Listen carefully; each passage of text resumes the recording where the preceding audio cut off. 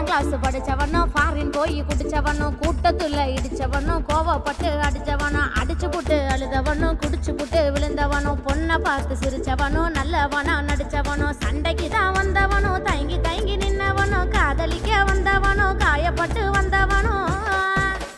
வலிய மறக்க குடிச்சவனும் பழைய கதையை நினைச்சவனும் திறமையால பொழைச்சவனும் ஓயாமத்தான் உழைச்சவனும் வேலை வெட்டி செய்யாம ஊரை சுத்தி வந்தவனும்